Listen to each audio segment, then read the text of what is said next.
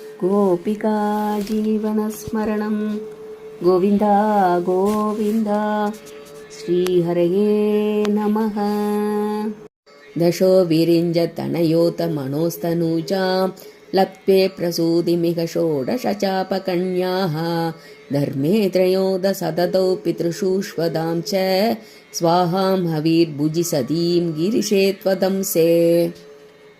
मूर्तिर्हि धर्मगृहिणी सुषुवे भवन्तं नारायणं नरसकं महितानुभावं यज्जन्मनि प्रमुदिताः कृतधूर्यघोषाः पुष्पोत्करान् प्रववृषुर्नुनुवुः सुरौकाः दैत्यं सहस्रकवचं कवचैः परीतं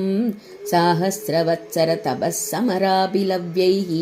पर्यायनिर्मिततपः समरौ भवन्तौ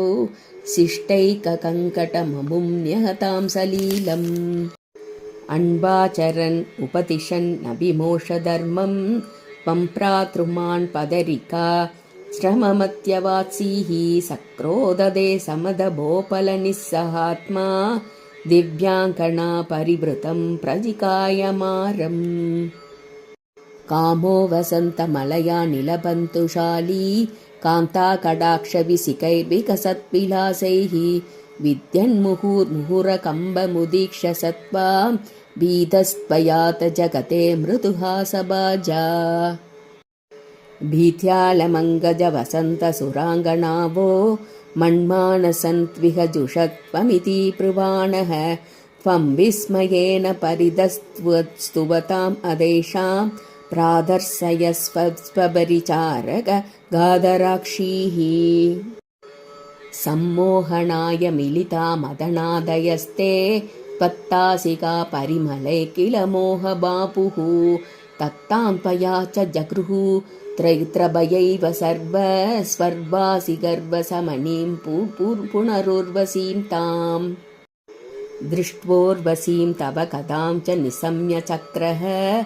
पर्याकुलो जनिभवन्महिमावमर्शात् एवं प्रशान्तरमणीयतरावधारात् त्वत्तोदिको वरद कृष्णधनुस्त्वमेव दक्षस्तु धातुरधिलालनया रजोऽन्तो